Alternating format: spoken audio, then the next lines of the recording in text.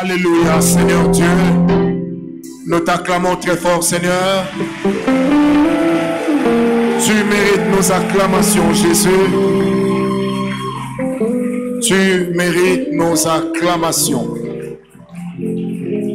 Merci, Seigneur. Merci d'être là avec nous. Merci, Seigneur, de nous enseigner. Et merci de bénir ces moments de prière que nous allons avoir. Laisse que ton nom soit glorifié. Au nom de Jésus-Christ, nous avons prié. Amen. Que Dieu vous bénisse. Je disais que Dieu vous bénisse. Je disais que Dieu vous bénisse.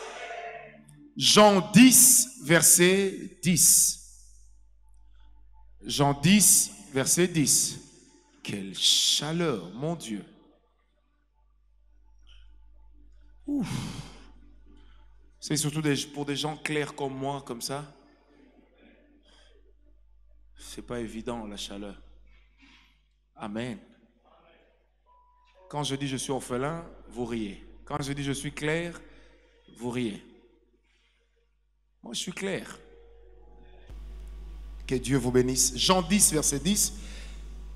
Nous sommes dans notre partie où nous parlons sur les voleurs. Comprendre les voleurs. Amen. Hein? Les voleurs d'étoiles, allais-je dire.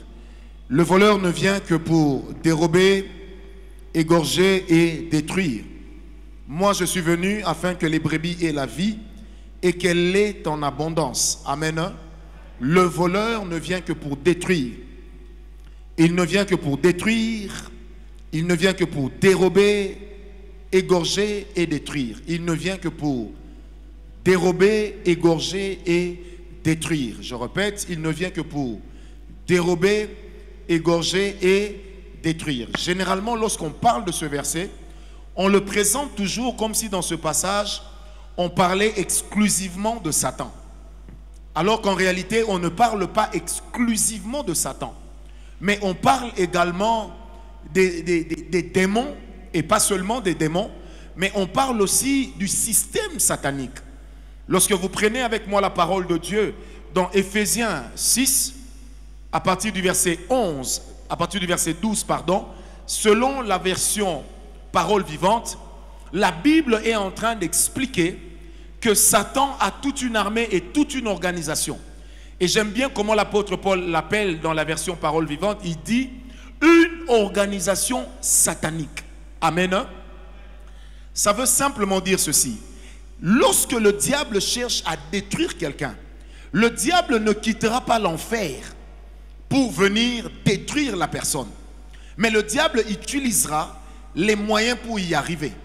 Et au rang des moyens utilisés par le diable, il y a également, où il se trouve également, des personnes qui sont en alliance ou en contrat avec le diable. Amen. Et eux aussi, qu'est-ce qu'ils font? Ils viennent dérober. Mais qu'est-ce que ces gens dérobent? Ils dérobent premièrement votre destinée. Amen. Hein? Ils volent votre destinée. Ils ne vous volent pas votre mouchoir. Ça n'a aucune valeur spirituelle. Mais ils vous volent votre destinée. Le jour où ils vont vous voler un sous-vêtement, le jour où ils vont vous voler un mouchoir, le jour où ils vont vous voler un vêtement, au travers de cette chose qu'ils sont en train de voler, ils sont en train de vouloir voler votre destinée. Est-ce qu'on me comprend? C'est pourquoi il est important de savoir que lorsque vous avez l'habitude d'être souvent victime des vols, et particulièrement que vous ayez gardé en vous le souvenir d'un vol ou d'une perte de vêtements intimes, sachez que quelque part on vous a volé quelque chose. Est-ce que quelqu'un me comprend? Parce que c'est dans la coutume de l'ennemi de pouvoir s'évertuer à voler les gens. Quelqu'un me comprend? Alors lorsque nous parlons des étoiles comme étant un potentiel que nous avons, comme étant une destinée glorieuse à laquelle le Seigneur nous appelle, les voleurs d'étoiles, les voleurs des destinées, qu'est-ce qu'ils font? Leur but justement, c'est de vous amener à être en contact avec des personnes qu'ils pourront utiliser comme plateforme pour pouvoir vous dérober quelque chose. Est-ce que quelqu'un me comprend? Et il existe plusieurs personnes sur terre, sans s'en rendre compte. Ils ont connu peut-être un événement. Ils ont rencontré une personne, mais par laquelle ou au travers de laquelle personne, On leur a dérobé quelque chose. C'est pourquoi je prie Dieu ce soir que tout ce que le diable a volé en toi, qu'il te le rende au nom de Jésus. Est-ce que quelqu'un m'a compris? On peut te voler ton poste, on peut te voler ta maternité, on peut te voler ton intelligence, on peut te voler ton éclat, on peut te voler ta beauté, on peut te voler ton bonheur, on peut même te voler ta démarche. Amen. On peut même te voler ta santé. On peut te voler toutes ces choses parce que le diable ne vole pas que les choses que nous voyons. Il est capable de voler même des choses qui sont abstraites. Est-ce que quelqu'un me comprend? Alors, les voleurs d'étoiles, quand ils volent, ils veulent absolument prendre soit ce que vous êtes, soit ce que vous possédez. C'est ça le but suprême des voleurs d'étoiles. C'est deux choses. Soit vous volez ce que vous êtes, alors soit vous volez ce que vous possédez.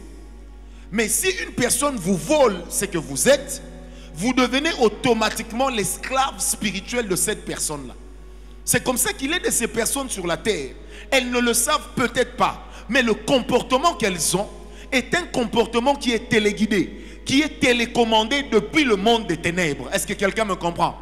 Il est de ces personnes, lorsqu'elles se regardent, elles ont juste comme l'impression que les choses dans lesquelles elles se vautrent sont en réalité des choses qu'elles n'aimeraient même pas faire.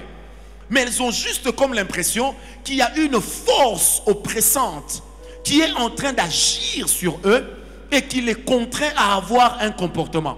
C'est là que vous allez remarquer un homme qui dit « Moi, jamais je vais battre ma femme ». Mais à chaque fois qu'il voit sa femme, il y a comme quelque chose qui lui dit « Tu dois la battre ». Amen. Tu dois la battre. Tu dois faire telle chose. Parce que quand le diable veut atteindre un but, il peut même passer par nos défauts de caractère. J'ai parlé ici un jour d'une fille que j'ai eu à rencontrer dans un pays d'Europe. Cette fille venait de l'Allemagne. Elle me dira, moi je n'arrive pas à me marier. Et pourtant j'ai été prédoté plusieurs fois. J'ai dit, explique-moi la dernière fois ça s'est passé comment? Elle me dit, vous savez, on venait de me prédoter. Tout s'est bien passé. Le même jour, l'heure d'après, je suis en train de raccompagner mon fiancé dans la voiture. Sa maman entrait aussi dans leur véhicule. Elle me dit, je ne sais pas ce qui s'est passé. Tout de suite, il a dit une parole qui m'a tellement énervé que devant sa mère, je lui ai balancé une de ses gifles. Elle-même dit qu'il aurait même pu laisser une trace sur sa joue. Il me dit, le lendemain, j'ai appelé pour demander pardon. Il m'a dit, moi je te pardonne, mais ma mère ne te pardonnera jamais. Et si moi je te reprends, aux yeux de ma famille, je serai vraiment un poltron. Celui sur qui on peut faire n'importe quoi, il ne fera rien. Et elle dira à la fille, je t'aime, mais jamais je ne peux t'épouser. Et cette fille me dira, à chaque fois que je suis en train de penser au mariage avec un homme, j'ai toujours fait montre d'une brutalité qui ne me ressemble même pas et qui ne reflète pas l'éducation que j'ai reçue de chez mes parents. Est-ce que quelqu'un me comprend? Une fille pareille, par exemple, c'est une personne, on lui a déjà volé son mariage. On peut même la mettre à la maison, mais elle va toujours tout faire pour que ça ne marche pas. Vous allez voir, elle a toujours un SMS, un WhatsApp qui traîne dans son téléphone, qui ferait que l'homme aura envie de la chasser de la maison, la soupçonnant de tromperie. Est-ce que quelqu'un me comprend? Je prie Dieu ce soir que tout ce que le diable a volé, qu'il le rende. Et n'oubliez pas ces deux choses, elles sont très importantes à savoir. Les voleurs d'étoiles viennent soit pour voler ce que nous avons, soit pour voler ce que nous sommes. Soit voler ce que nous avons, soit voler ce que nous sommes. Amen, amen, amen. Ils peuvent voler ce que vous êtes. Ils peuvent aussi voler ce que vous avez. Quand j'expliquerai comment par des objets personnels, on peut voler une personne. Et n'oubliez jamais qu'une personne qui peut vous voler peut aussi vous vendre. C'est ça le principe spirituel. Celui qui te vole peut aussi te vendre. C'est comme ça qu'il est de ces personnes. Un jour, je parlais avec un jeune homme qui était aux États-Unis. Lui, on avait seulement vendu sa jambe. On avait seulement vendu sa jambe. Donc au fur et à mesure que le temps avançait, son pied droit était en train de rétrécir et de devenir de plus en plus fébrile. Ce garçon a quitté les États-Unis jusqu'ici dans cette église pour chercher sa délivrance. Parce que le jour où il m'a parlé, je lui ai dit, ce n'est pas une affaire de sacrifice ou d'offrande d'abord, c'est une affaire de shindabab, de rokobab. Il me dit pourquoi? J'ai dit parce que tu as déjà été vendu. Est-ce que quelqu'un me comprend? N'oubliez jamais que même dans le monde spirituel, il existe des personnes qui ont un droit de rachat sur vous. Il y a des gens qui ont leur Boaz, mais un Boaz satanique, quelqu'un me comprend? Un Boaz satanique, il peut juste vous racheter, il peut vous prendre. N'oubliez jamais ça. Celui qui te vend, celui qui te prend, fait de toi spirituellement une marchandise. Est-ce que je peux te choquer? En fait, il existe des personnes que nous voyons avec des beaux costumes et tout ce que vous voulez, mais en réalité, dans le monde spirituel, ils sont déjà devenus des marchandises, des objets. Donc, ils n'ont peut-être pas plus de valeur que ce mouchoir. Ce mouchoir, si vous me le volez, ça me fera ni chaud ni froid. Demain, j'en amènerai un autre. Quelqu'un me comprend? Alors, il est de ces personnes dans le monde spirituel. Entre les mains de leurs bourreaux, ils sont déjà devenus comme un mouchoir. Tu ne comprends pas pourquoi ça ne marche pas. Pourquoi dans ton mariage ça ne marche pas? Pourquoi tes affaires ne marchent pas? Pourquoi avec ta santé tu connais toujours la même chose? C'est devenu comme un talon d'Achille. Mais qu'est-ce qui se passe?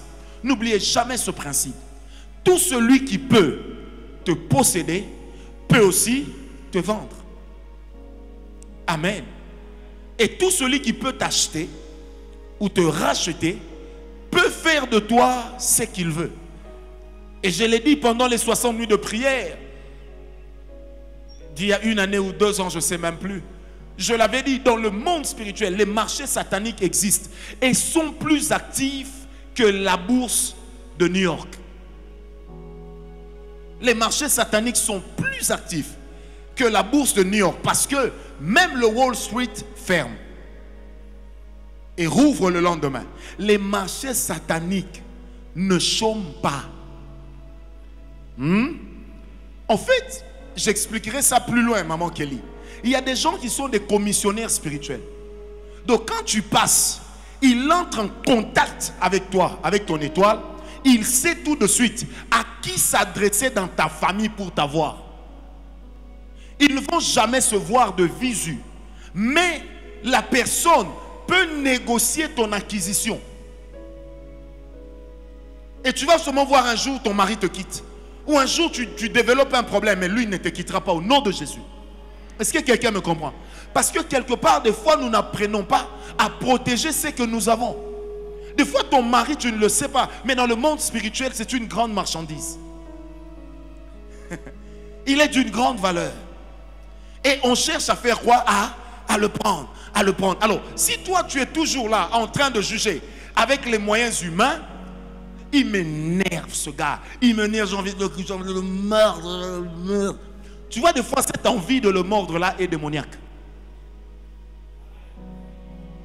Quelqu'un me comprend? Vous savez, des fois, nous avons épousé des marchandises. Peut-être que ton mari, c'est une marchandise. Peut-être que ta femme, c'est une marchandise. Quelqu'un me comprend? Et on peut les utiliser. Est-ce qu'on m'a donné un amen bien? Ma prière ce soir, c'est que le Seigneur nous délivre de toutes ces choses au nom de Jésus.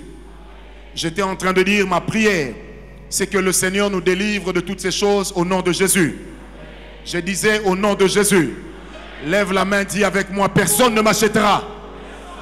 Et dis avec moi, personne ne me vendra. Personne n'achètera mon étoile et personne ne vendra mon étoile. Je ne suis pas à vendre. Mon étoile n'est pas à vendre. Ma vie n'est pas à vendre. Je ne suis pas à vendre. Au nom de... Que Dieu vous bénisse. Alors, n'oubliez pas ce principe. C'est que dans le monde spirituel, la vie de chaque homme a un prix. Et si je voudrais le dire d'une manière un peu plus brute, je dirais dans le monde spirituel, chacun de nous a un prix. on n'utilisera pas la même méthode pour avoir tout le monde. Chacun de nous a son prix. J'aime bien le dire. Même pour que Christ aille à la croix, on l'a négocié en lui attribuant un prix.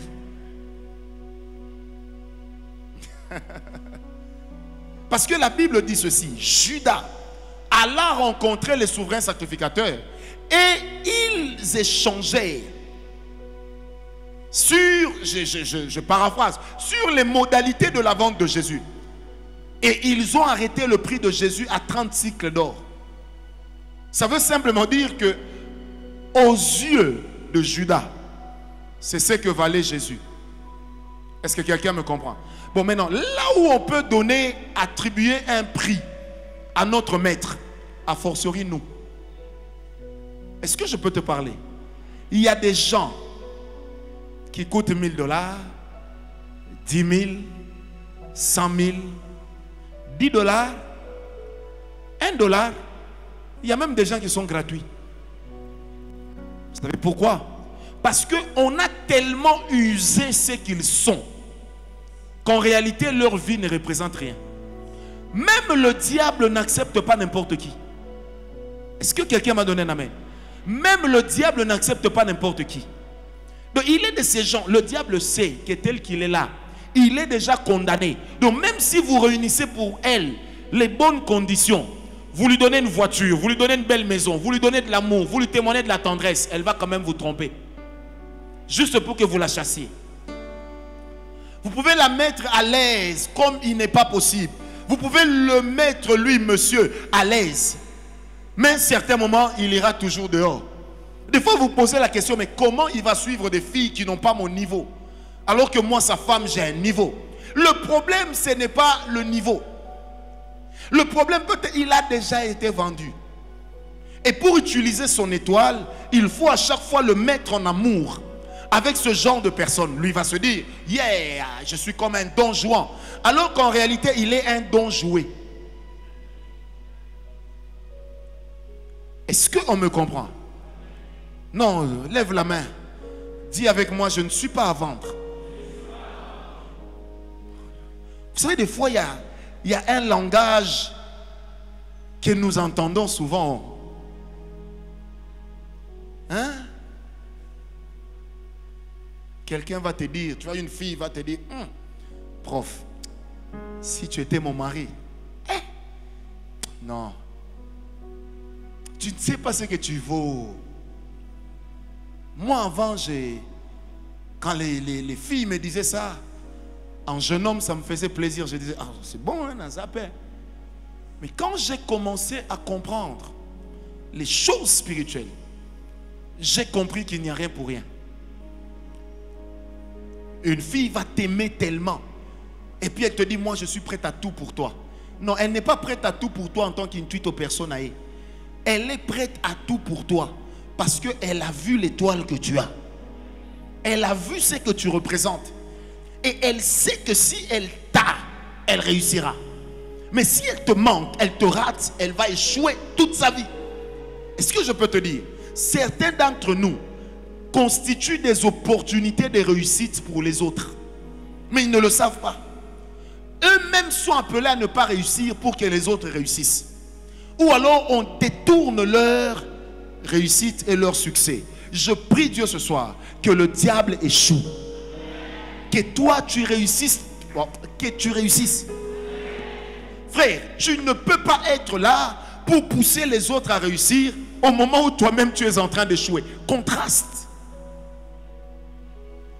Vous savez, le jour où j'ai commencé à comprendre ces choses, ceux qui sont autour de moi le savent. J'ai une phrase que je dis souvent. Je n'ai pas le ministère d'un féticheur. Le féticheur, il sent mauvais. Il vit dans la mouise totale. Il vit dans la crasse. Mais il dit à l'homme intelligent, je ferai de toi ministre. Pendant que ses enfants à lui-même ne sont pas scolarisés. Mais lui, il promet à d'autres. Alors, vous allez même remarquer dans le ministère, il est de ces gens qui servent Dieu, qui ont l'onction, mais pour lesquels l'étoile a déjà été volée. Est-ce que quelqu'un m'a donné un amen bien?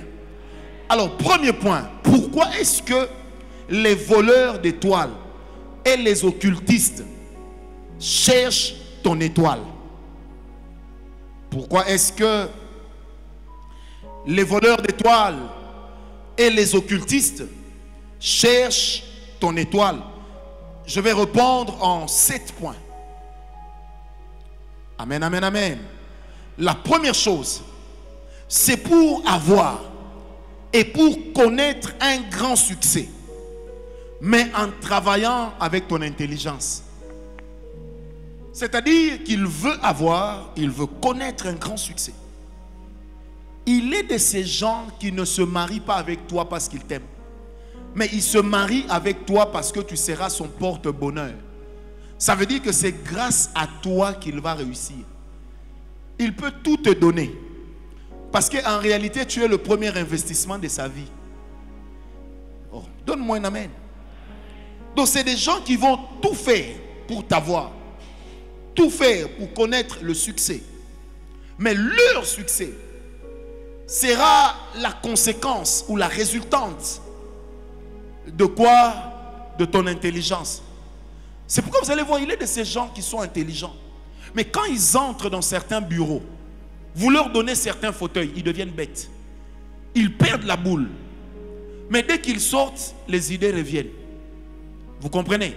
Il en est aussi d'autres. Dès que vous commencez à travailler avec eux, vous avez comme l'impression qu'ils sont en train de vous absorber, d'absorber votre intelligence. Toute idée que vous avez, quand vous venez en sa présence, il vous la donne avant que vous puissiez le dire. Et là, vous dites, waouh, j'ai un boss intelligent. Alors qu'en réalité, il a peut-être placé simplement un scanner spirituel à la porte de son bureau. Donc, une fois que vous arrivez là pour donner une idée, l'idée lui est transférée. Et quand vous cherchez les mots, lui commence à vous expliquer. Et quand il aura du succès, ma foi, vous allez vous dire, non, il est intelligent. C'est l'idée que je venais lui donner, mais lui me l'a donnée avant. Non. Il a transféré ton idée. Parce qu'il a eu quoi? Ton intelligence. Et avec ton intelligence, il va connaître le succès, alors que toi, tu seras en train de travailler spirituellement pour lui. Amen. Deuxième raison pour laquelle on cherche votre étoile, c'est pour mieux régner, soit dans un domaine particulier, soit dans le domaine pour lequel vous étiez censé régner. C'est pourquoi on cherche votre étoile. Est-ce que je peux te dire une chose? Dans l'occultisme et dans la sorcellerie, certaines personnes trouvent leur succès derrière les autres. Alors, ces genres de personnes, il faut ajouter pour ceux qui écrivent, ont la capacité de vous limiter pour qu'elles aillent au-delà. Je répète, elles ont la capacité de vous limiter pour qu'elles aillent au-delà. Patrick, je vais parler sur toi un moment. Amen. Amen. Des gens qui cherchent à mieux régner, soit dans un domaine particulier, soit dans un domaine qui vous était échu, dans un domaine pour lequel vous étiez censé avoir du succès. Et ils vous volent, mais quand ils vous volent, qu'est-ce qu'ils font? Ils vont vous limiter. Donc ils vont établir autour de vous l'activité d'un esprit de limitation. Quelqu'un me comprend? Là où vous étiez censé avoir le succès, avoir la réussite, trouver la paix, trouver la joie et le bonheur, c'est eux qui vont trouver ça à votre place. Est-ce que je peux parler à quelqu'un? Certains mariages de nos amis que nous avons acclamés étaient nos mariages. C'est pourquoi des fois quand les gens disent traduit en français, si quelqu'un s'est marié, réjouis-toi. Quelqu'un s'est marié, réjouis-toi. Ça ne s'applique pas à tous les cas. Je dis bien, ça ne s'applique pas à tous les cas. Parce que celui qui cherche à voler ton étoile peut même détourner l'homme qui, au départ, sa pensée se tournait vers toi. Et elle peut se présenter à lui sous couvert de toi. Pas parce qu'elle vient en disant je m'appelle Tania, mais je viens en disant je suis Marianne. Non, elle vient comme Tania, mais elle vient avec le succès du mariage qui était dévolu à Tania. Est-ce qu'on me comprend? Je prie ce soir que ce qui est à toi revienne à toi. Je dis que ce qui est à toi revienne à toi. Donc même le jour de leur bénédiction, il va arrêter ça en chemin. Alors dans le monde occulte, lorsqu'on veut établir son autorité sur un groupe d'hommes, généralement qu'est-ce qu'ils font? Ils vont chercher à savoir qui est le plus grand leader, soit de cette famille, soit de cette société. On cherchera à avoir des relations sexuelles avec. On cherchera à avoir une certaine intimité. On cherchera à lui donner de l'argent sans savoir qu'on est en train de l'acheter. Est-ce que quelqu'un me comprend? C'est pourquoi, bien aimé, ne minimisez jamais les données spirituelles. Parce que votre ennemi, le diable, disent les Écritures, rôde comme un lion rugissant. En train de faire quoi? En train de chercher qui dévorer. Lève la main et dis avec moi, personne ne m'achètera. Oh, dis bien, personne ne m'achètera. Personne n'établira son autorité en passant par ma vie. Je refuse cela au nom de Jésus. Personne n'établira son autorité en passant par ma vie au nom de Jésus. Vous savez, si dans le monde physique, dans le monde entre guillemets érotique, il est de ces personnes pour démystifier un garçon, pour démystifier une fille, il faut coucher avec. Dans le monde spirituel, cela aussi est un principe. Vous comprenez? Vous savez, moi, je me rappelle, je venais de me convertir. Vous savez, moi, quand je me suis converti, j'étais extrémiste. Ça veut dire que moi, quand je me suis converti, même faire la bise, je trouvais que c'est un péché. C'est comme ça que j'ai un peu gardé cette mauvaise habitude aujourd'hui. C'est-à-dire que moi, Corona sans Corona, oh, bonjour Père Fong, je n'aime pas.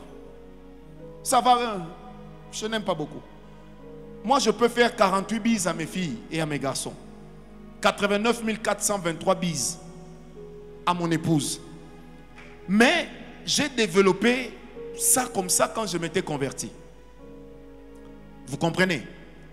D'être extrémiste, de regarder certaines personnes et certaines choses de loin. C'est comme ça que certaines personnes avaient l'habitude de dire « Non, mais le prophète là, il snobe les gens. » Non, c'est juste un défaut que j'ai acquis lorsque je me suis converti. Alors, je me rappelle à cette époque-là, j'ai étudié avec une fille. Elle était belle. Elle était très belle. Maintenant, dans notre salle de classe, j'étais aux yeux de toutes les filles et même des autres filles de l'école comme un mythe. Comme un mythe. Un gars trop discipliné.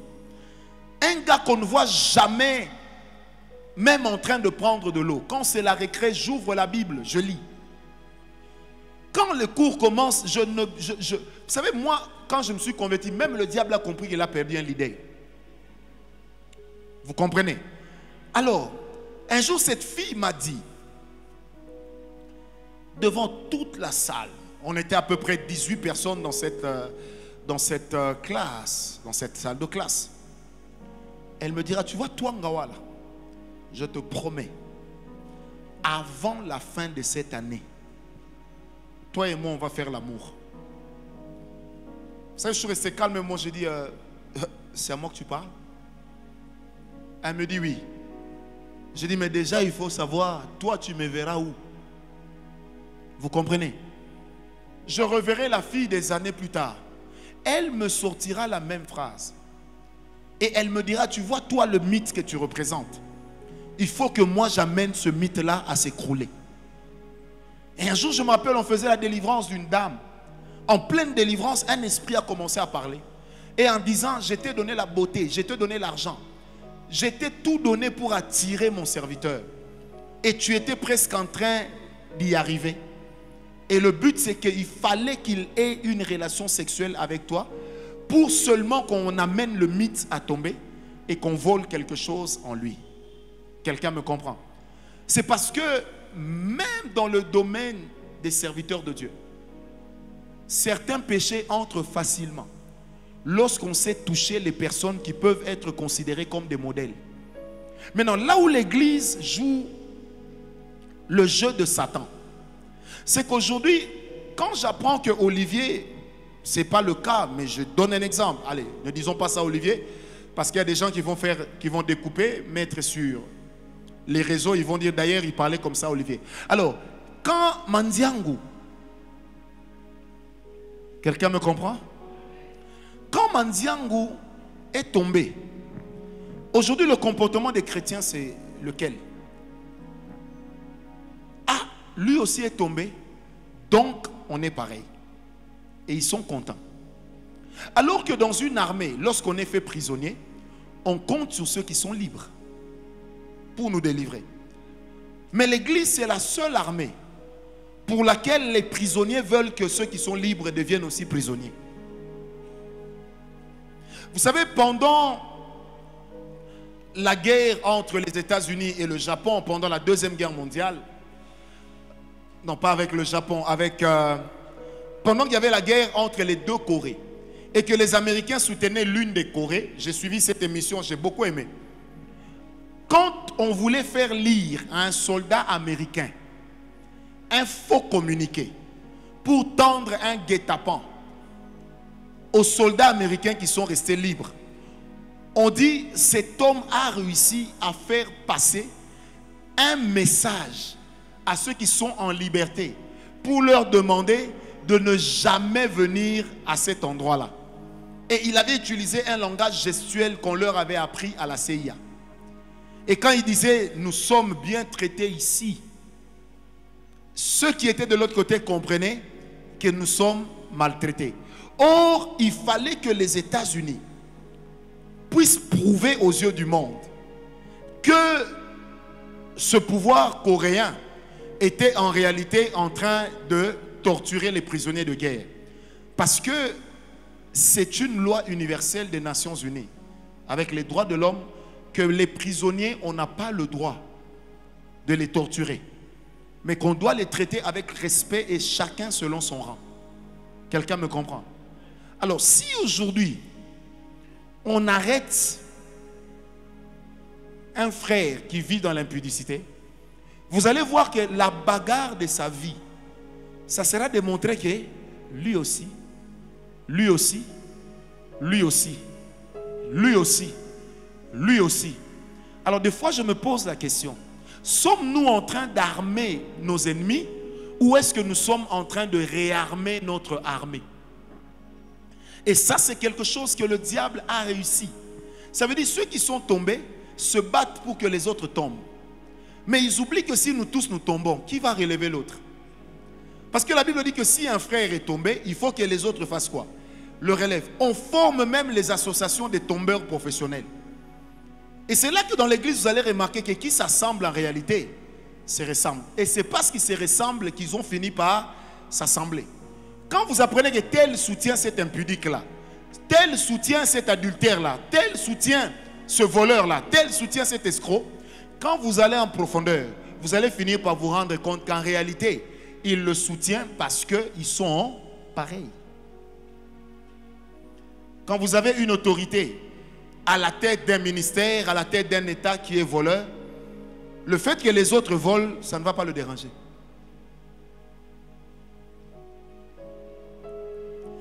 C'est pourquoi dans certains pays, on a toujours entendu des discours. Le chef de l'État va frapper fort. Va frapper fort. Il va frapper fort. Cette fois-ci, le Premier ministre va frapper du poing sur la table. Mais malheureusement, il frappe sur la main, le poing sur la table, sur une table en triplex. C'est-à-dire quand il tape dans, ça bondit. Et non pas sur une table en vitre, qui devra faire quoi? Se briser. je prie Dieu que personne ne t'utilise et que personne ne vole le modèle que tu es censé devenir. Que personne ne fasse quoi? Ne le vole. Vous savez, un jour c'était pendant l'été dernier, j'étais avec mon épouse. On est allé quelque part dans une ville avec nos enfants, histoire de prendre un peu d'air. On a tellement pris de l'air que c'est devenu dealer. C'était des moments très agréables. Très agréables. Alors à un moment, on est en train de marcher. On avait une jeune fille qui était avec nous, qui était avec mon épouse. Maman, la maman qui monte, il y a une chaise ici. Il ne faut pas trop que les mamans montent. Il faut préserver nos mamans, qu'elles vivent longtemps. Amen. Il y a une place là. Alors j'étais en train de dire, on marchait. Vous savez, il m'arrive quelquefois, où est Danis? D'avoir l'onction de Danis, ça veut dire de savoir marier certaines couleurs. J'avais mis un pantalon vert, j'ai mis un t-shirt jaune, j'ai mis avec le bonhomme du t-shirt qui était vert, j'ai mis des perpètes qui étaient vert, rouge, jaune. Alors pendant qu'on est en train de marcher, il y a une dame, une blanche, elle était jolie. Hein. Elle me dit, mais, wow. Je dis, what's wrong? Elle me dit, mais, you are fantastic. Et puis elle me regarde, elle dit, very, very nice. Et elle ajoute une phrase comme pour dire, si seulement vous étiez mon gars. Maintenant, quand en avant, j'ai posé ma question à ma femme, est-ce que tu sais ce qu'elle vient de raconter comme histoire? Elle dit, oui, j'ai vu seulement qu'elle a apprécié comment tu es habillé. Mais n'oublie pas que c'est moi qui ai choisi tes couleurs. J'ai rappelé aussi à ma femme que déjà avant de me convertir, j'étais un BCBG. Ça, c'était entre nous. Mais après, je lui ai dit, non, cette fille veut simplement me dire que si elle a un mec comme moi, c'est super. Vous comprenez? Alors, peut-être c'était dit en passant. Mais retenez que dans le monde des ténèbres, on peut utiliser n'importe quel moyen. Juste pour vous atteindre. Parce que retenez cette phrase. L'autorité de certaines personnes ne peut reposer que sur le sang de certaines victimes. Je n'entre pas en profondeur. Comprenne qui pourra. L'autorité de certaines personnes ne repose que sur le sang de certaines victimes particulières. C'est peut-être l'enfant qu'il te demande d'avorter qui est la plus grande étoile de ta famille. Il a vu cela et il a besoin de ce sang. Quelqu'un m'a compris? Peut-être que la fausse couche que tu as connue, c'est ce qu'il fallait pour que lui, il devienne finalement directeur général ou président du conseil d'administration ou je ne sais pas quoi d'autre. Parce que des fois, les gens sacrifient même pour être les meilleurs vendeurs d'arachides. Est-ce que vous comprenez? Maintenant, retenez aussi cette phrase. Kishwe, Patrick, il est de ces gens qui sont, de par leur intelligence, de par leur éclat, potentiellement des porte-bonheur pour les autres. Ça veut dire que vous pourrez vous battre pour les autres, mais ils ne vous donneront jamais la fonction qu'ils promettent. Parce que si vous venez dans leur milieu, vous empêcherez à ce que leurs étoiles brillent. Or, pour que leurs étoiles brillent, il faut que toi tu sois au dehors, en train d'être consulté, parce que simplement c'est ton intelligence qui est en train de les faire. C'est comme ça que certaines personnes dans le monde des ténèbres, Kishwe, quand la mort est en train de venir chez lui, pour esquiver cette mort, c'est toi qui tombes malade. Pendant que tu es en train de te débattre avec la maladie, lui est en train de restaurer sa santé. Est-ce que vous avez compris comment ça marche? Il est de ces hommes qui ont sacrifié leur femme. Le jour où il découvre qu'il a sacrifié sa femme, il regrette parce qu'il sait qu'elle risque de mourir dans les prochains jours. Comme le diable ne te permet pas de rectifier par la simple volonté, il va te dire, tu vois ta femme, elle vaut 10 femmes ou elle vaut 15 enfants. Trouve-moi 15 enfants. Et là, vous voyez un homme qui était doux, sérieux, sympa, surtout doux, comme moi. Vous savez, moi, je suis la personnification de la douceur. Et le prof Christian ne me contredira pas. Même le diable sait ça. Amen. Et vous allez voir cet homme qui était doux, tout à coup, il commence à devenir un coureur de jupons, sniper, tireur d'élite. Il rend grosse ici, il fait avorter. Il donne 500, il rend grosse là-bas, il fait avorter. Il offre un billet, il fait les démarches, elle va aux États-Unis. Elle revient là. Ah, j'étais aux États-Unis. Mais ce qu'elles ne savent pas, c'est que partout où il est passé, il a fait une razzia juste pour remplacer un sacrifice d'une certaine valeur. C'est comme ça que dans le monde des étoiles, on peut utiliser certaines étoiles pour racheter d'autres étoiles. Est-ce que quelqu'un me comprend? Donc quelqu'un peut t'épouser pour compenser un vide spirituel qui existe dans sa famille. Parce qu'on lui a dit, tu vois ce vide-là, dans votre famille, vous ne pourrez plus jamais avoir des autorités, des personnes grandes. Mais si vous voulez récupérer ça, tu vois cette fille-là, ou tu vois cet homme-là, il a le potentiel qu'il faut pour combler un vide. C'est pourquoi j'aime le dire, dans le monde spirituel, nous ne sommes pas tous pareils. Et comme cela est écrit dans les psaumes, toutes les étoiles n'ont pas le même éclat. Qui m'a donné un amen? Alors maintenant, dis avec moi, moi Francis Ngawala. Je ne t'entends pas, moi Francis Ngawala. Je ne suis pas né pour combler le vide des autres. Mais je suis né pour occuper mon espace.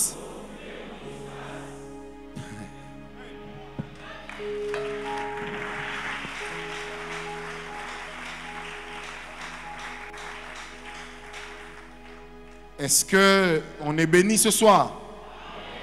J'étais en train de dire, est-ce qu'on est béni ce soir? Alors, pourquoi est-ce que les occultistes cherchent à mettre la main sur votre étoile? Pourquoi? C'est aussi pour mieux vous sacrifier sur l'autel le jour où ils en auront besoin. Il est de ces gens qui marchent, qui mangent, qui boivent, qui crient, qui parlent, qui critiquent, qui murmurent, qui se livrent à la médisance, à la prostitution, aux consommations de je ne sais pas quoi, mais qui ne savent pas qu'en réalité, ils sont déjà sur la liste d'attente de la prochaine victime. Il est déjà sur la liste d'attente. C'est comme ça que vous allez voir, je me rappelle de l'histoire d'un homme. Il ne savait pas nager, il était comme moi, il ne savait pas nager. Mais il aimait bien aller au bord de l'océan, tout comme moi j'aime bien l'eau. Alors, un jour, un de ses frères, ce monsieur était du Bas-Congo, Congo central, une province de chez nous ici, lui avait dit, toi tu es sur la liste d'attente de la famille. La prochaine victime c'est toi. C'était un vieux papa. Il dira non, moi on ne mourra pas. Frère, le monsieur habite Mongafula, qui est une commune. La seule rivière qui passe par cette commune-là, c'est Mayanjili. Et le Mayanjili, là où ça se croise avec la commune de Mongafula, c'est vers Njili Brasserie là-bas. Pour ceux qui connaissent Kinshasa. Le jour arrive où l'homme doit être sacrifié. Il dort toute la journée. Il se dispute avec sa femme parce qu'on crée aussi l'environnement. Il se dispute avec sa femme. Ensuite, il dit à sa femme, tu m'énerves. Si je reste ici, je vais te casser la gueule. Il quitte Mongafula jusque Kintsuka. Donc il passe, route de Matadi, Mongalema, il vire à gauche. Qu'est-ce qu'il fait? Il est 19 h, il va prendre l'air au bord du fleuve. Le lendemain, on l'a trouvé mort. Il y a des gens ici qui sont déjà dans la salle d'attente de la mort. Ça veut dire leur mort est déjà programmée. Et eux, ils sont juste dans la salle d'attente. Il y a une maman de notre église qui est d'ailleurs sur cette rangée, je l'ai vue tantôt. Elle était tombée enceinte. Et le jour où elle devait accoucher, je m'étais fait accompagner de quelques membres de l'église. Je prêchais dans une église juste à côté. Et quand on sort pour prendre la voiture, puisqu'on travaillait sur cette avenue-là, la voiture était juste à côté, pas loin de l'hôpital. J'ai dit aux frères avec qui on était, j'ai dit, je vois un oiseau qui est venu prendre l'âme de quelqu'un. Et je pense maman Titi qui était là me dit, Père Franck, mais notre maman là de l'église est dans cet hôpital-là. J'ai compris. Alors je leur ai dit, si moi je vais là-bas, je sais que son mari me déteste. Alors, vous irez. Mais moi, je vais rester devant la porte de l'hôpital. Faire quoi? Je vais juste veiller à ce que quand cet esprit-là sera en train de sortir avec l'âme de la personne, que je retourne cette âme à l'intérieur. Et pendant que eux, ils sont partis et avec les mamans, moi, j'étais resté là en train de rokobabe, de shindababe, de contrôler l'environnement. Et quand je suis venu, quelques jours plus tard, voir la dame, elle me dira, donc, quand j'accouchais, j'étais plus que consciente que c'était le dernier jour de ma vie. Et il y avait comme quelque chose qui me disait, c'est aujourd'hui que tu vas mourir. Quand ça a raté, quelques temps après, elle va à l'hôpital pour une consultation de maladie d'enfant. Mais on finit par la mettre, elle, sur la table pour l'opérer. En lui disant que si c'est les myomes, si c'est les quoi là, vous connaissez, moi j'ai jamais été femme. Était déjà sur le point d'exploser. Amen, amen. Or, quand son frère qui était avec elle m'a appelé, j'ai tout de suite compris qu'on l'avait programmé à mourir. Le programme a échoué. On a réinitialisé le programme. C'est pourquoi, bien aimé, je vais vous le dire tel que je le sens dans mon esprit. Des fois, il y a des choses qui vous arrivent seulement parce que vous passez le temps à critiquer votre père spirituel. Sans savoir qu'en réalité, on jouit d'une certaine protection spirituelle aussi en fonction de la personne avec laquelle on se trouve. Parce que si moi je te connais et tu as des bons sentiments, si le problème veut t'arriver, vous savez, plusieurs personnes peuvent m'appeler Père Franck, mais en réalité, ce n'est pas tout le monde qui le pense et je le sais. C'est pourquoi certaines personnes sont avec nous, mais leur vie est sombre. Pas parce que nous sommes un porte-malheur, moi je ne le suis pas au nom de Jésus, mais parce que dans leur cœur, ils ont déjà perdu la considération de l'autorité spirituelle que Dieu a établie sur eux. Quelqu'un me comprend? Alors c'est comme ça que des fois le diable peut les atteindre facilement parce qu'ils sont sans protection. Alors nous autres, Dieu nous a donné le genre d'esprit tel qu'on peut entrer dans le monde spirituel, lire le programme, voir qui est programmé demain, retirer son nom, appliquer la parole qui dit qu'il est de la justice de Dieu d'affliger ceux qui nous affligent.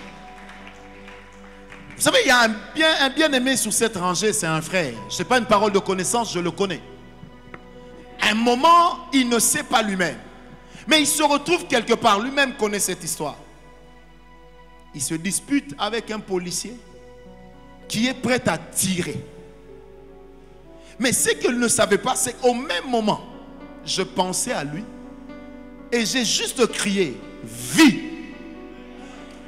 Alors, lorsque on m'appellera pour m'expliquer ce qui lui est arrivé, j'ai compris pourquoi j'avais crié comme j'ai crié.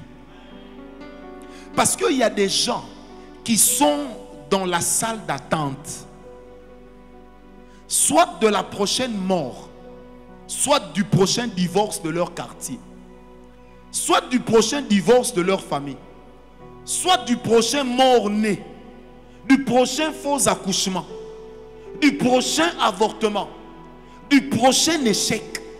Oh, donne-moi un amen. Vous savez, il m'est arrivé des fois de dire à certaines personnes, je veille. C'est quand je dis ça, des fois les gens disent, mais il se prend pour qui? Non, je me prends pour un sacrificateur. Parce qu'un sacrificateur a la possibilité de remplacer le sacrifice. Il a cette possibilité-là.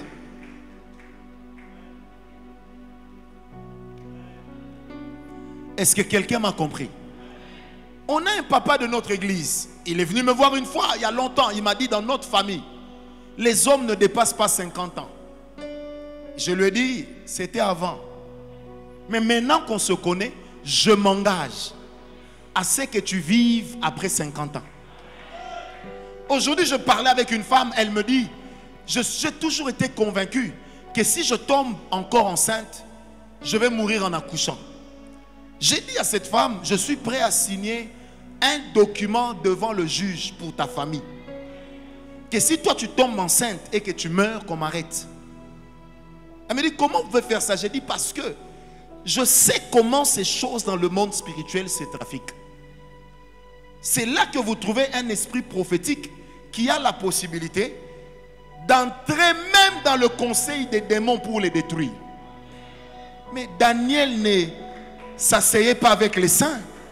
Il s'asseyait avec les sorciers. Mais son intelligence dominait celle de qui? De sorciers. Et déjouait à chaque fois leur plan. Alors, je te dis, ceux qui veulent te sacrifier, ils vont eux-mêmes te remplacer.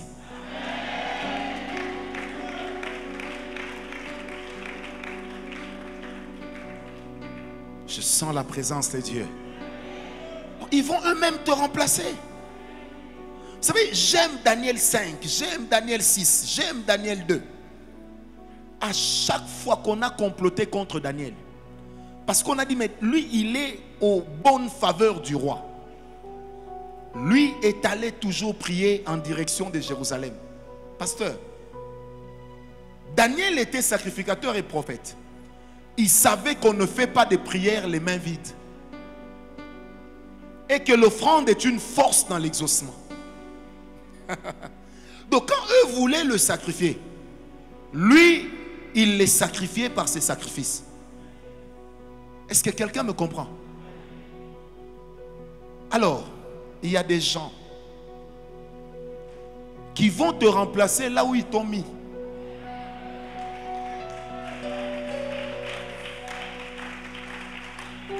Naomi, tu comprends?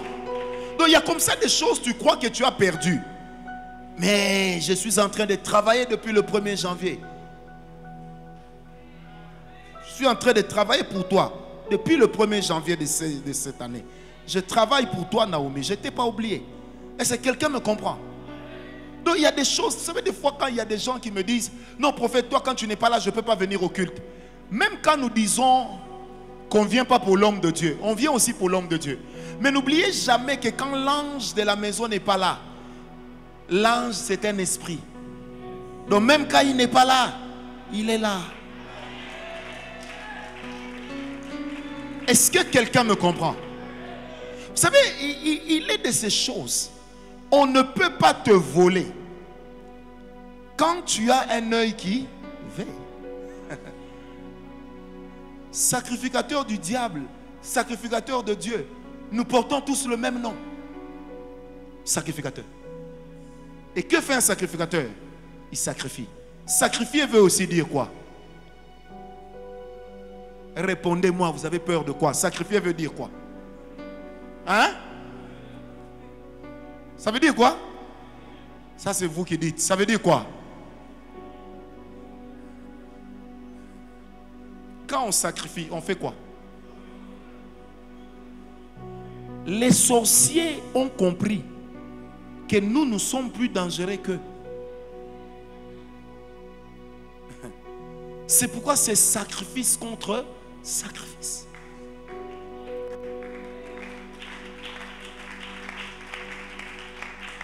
Quand on annonce qu'il y aura remaniement ministériel, voyez comment les occultistes du gouvernement travaillent. Et les gens qui comptent entrer dans le gouvernement, comment ils travaillent. Ils sont tous en train de sacrifier. Mais pourquoi ils sacrifient? Pour remplacer ceux qui sont là. Pourquoi ils sacrifient? Pour demeurer au même endroit. Pour garder leur même fonction. Ce n'est pas parce qu'ils sont les plus intelligents de la République. Mais c'est parce qu'ils ont compris les secrets que plusieurs d'entre nous n'ont pas compris. Est-ce que je peux te choquer? Il est de ces choses à laquelle la prière ne répondra pas. Parce que ça ne relève pas du domaine de la prière.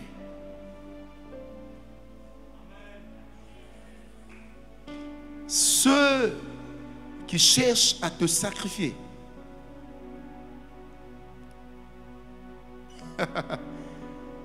ils auraient dû t'empêcher d'entrer ici aujourd'hui. Amen. Ils auraient dû t'empêcher. Toi qui me suis en ligne, ils auraient dû t'empêcher de te connecter. Tu sais, je parlais avec une femme vers 11 h.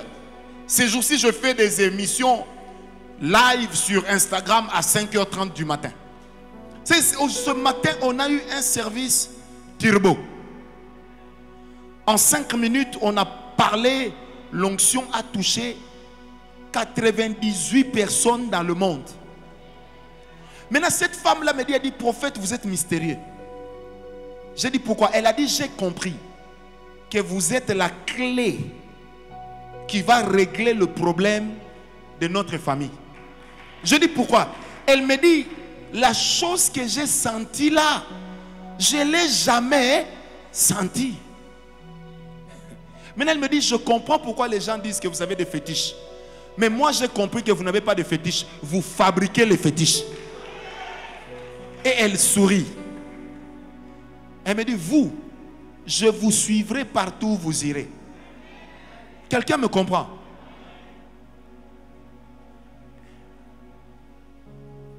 Quiconque a eu un avenir sacrifié. On va récupérer ça ce soir.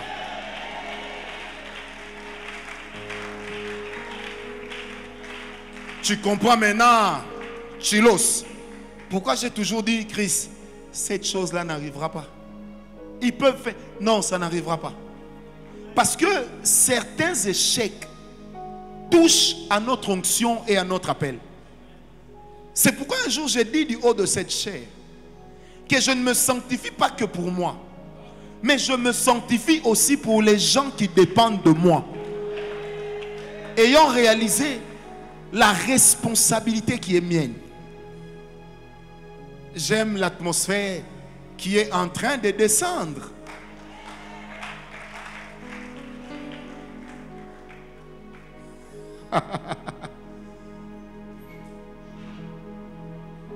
Je sens Dieu en ce lieu. Je sens Dieu en ce lieu. Je vous dis, c'est terrible, mais je sens Dieu ici. On ne va pas te sacrifier. Écoutez, Jésus. Voyez cet homme. Lève-toi, pasteur. Il est venu du Cameroun. C'est la deuxième fois qu'il soit là en moins d'une année pour bénéficier de cette grâce. Et cette grâce l'a protégé. Alors retenez ce que je vous dis. On ne va pas vous sacrifier. Alors vous allez comprendre la dimension dans laquelle Jésus avait dit, croyez en Dieu. Il n'a pas dit croyez au Père, croyez aussi au Fils. Non. S'il avait dit ça, il l'aurait dit dans la dimension de la divinité. Mais quand il dit croyez en Dieu, ça veut dire qu'il parle dans sa dimension d'humanité. Il dit croyez aussi en moi. Vous ne pouvez jamais bénéficier de l'onction d'un homme en qui vous ne croyez pas.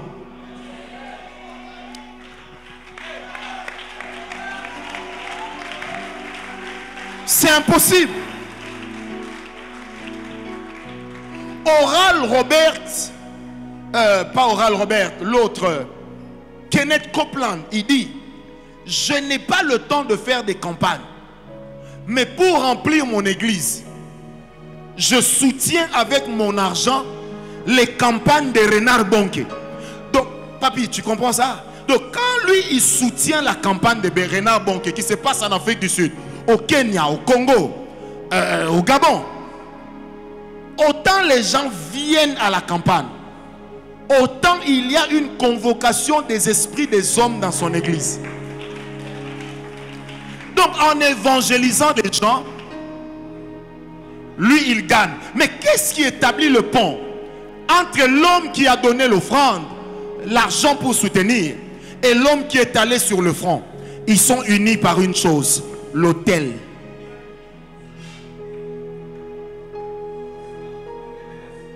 Vous allez donc comprendre pourquoi aujourd'hui je vous le dis, que souvent avec votre argent, nous servons Dieu. Et quand nous servons Dieu avec votre argent, vous récoltez la bénédiction, vous récoltez la protection. Papa Alain, est-ce que vous savez, Dieu me parlait, le dernier sacrifice que vous aviez fait là, quand j'ai fait cet appel là, c'est un sacrifice qui a protégé votre vie d'une mort qu'on avait programmée par un accident juste à l'entrée de la cité du fleuve. Et il fallait qu'il y ait un grand car, comme on le dit, un camion remorque qui devait vous toucher. Et quand j'ai vu ça, j'ai vu pendant que le camion vient, c'est votre argent qui est tombé par terre. Et Dieu m'a fait comprendre que ça vous protège. Il y a des gens qu'on a décidé de sacrifier. Mais je parle au nom de Jésus. Personne. Toumba, tu m'entends? Personne. Personne. Personne. Personne. Je dis bien personne. Personne ne pourra te sacrifier. Et des mamans, personne ne pourra te sacrifier. Je dis encore personne. Quand je parle comme ça, là où il y a des contrats de mort, ces démons-là vont partir. 1, 2, 3, 4. Toutes les personnes qui étaient placées sur des étables de sacrifice, je viens les faire descendre de là. Amenez-moi 9 personnes ici. J'annule le contrat de mort. J'annule le contrat de mort. Amenez-moi 9 personnes. Peu importe où tu es, j'annule le contrat de mort. Même si tu me suis en ligne, j'annule le contrat de mort. Et je déclare que tu ne mourras pas.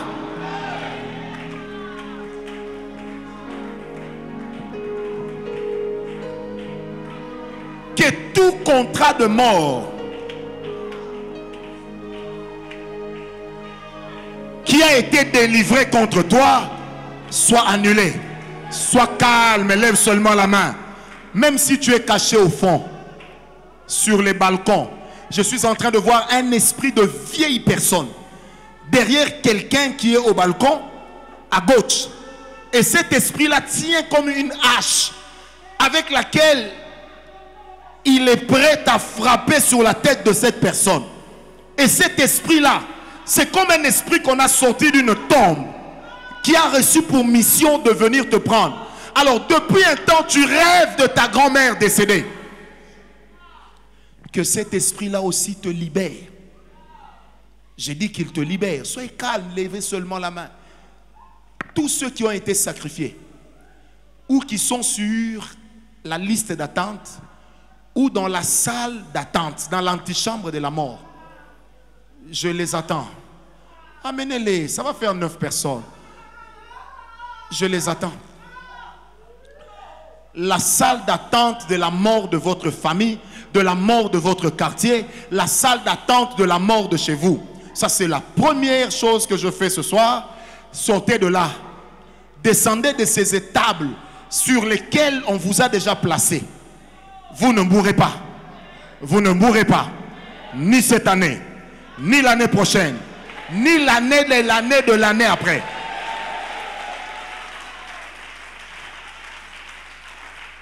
Que cela se produise tout de suite. Mort, toi tu me donnes le son. Mort, ton aiguillon est parti. Olivier, j'ai combien de personnes? 3, il reste 6.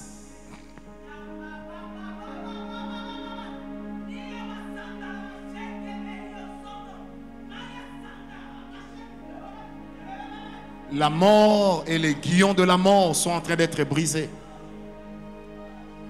Le programme de la mort est révoqué. Nous y mettons un terme ce soir.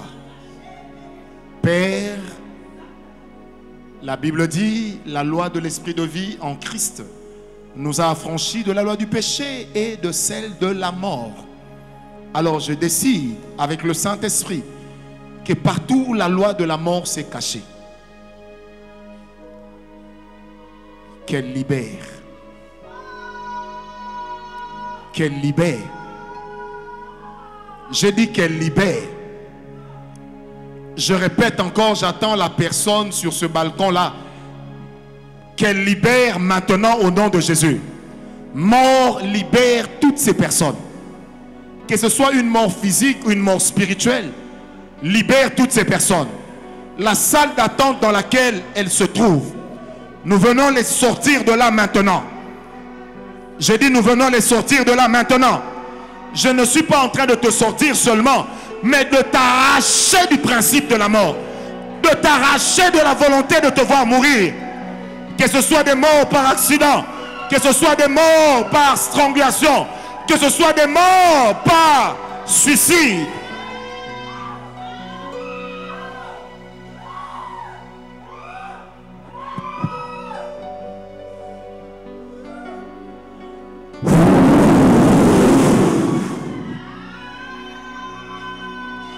Plus vite, plus vite. J'ai dit plus vite, plus vite. Vous savez, il y a des gens qui ne vont pas tomber ni crier, mais ils vont seulement commencer à bâiller comme ça. La mort est en train de laisser des gens.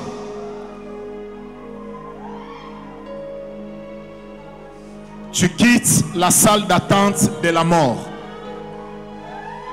J'ai dit tu quittes la salle d'attente de la mort. L'atmosphère est contrôlée. L'atmosphère est saturée. Sortez de la salle d'attente de la mort.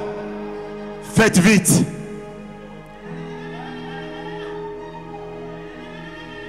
Faites vite. Même si tu ne savais pas qu'on t'avait programmé, nous venons déprogrammer ce qui avait été décidé d'être fait contre toi.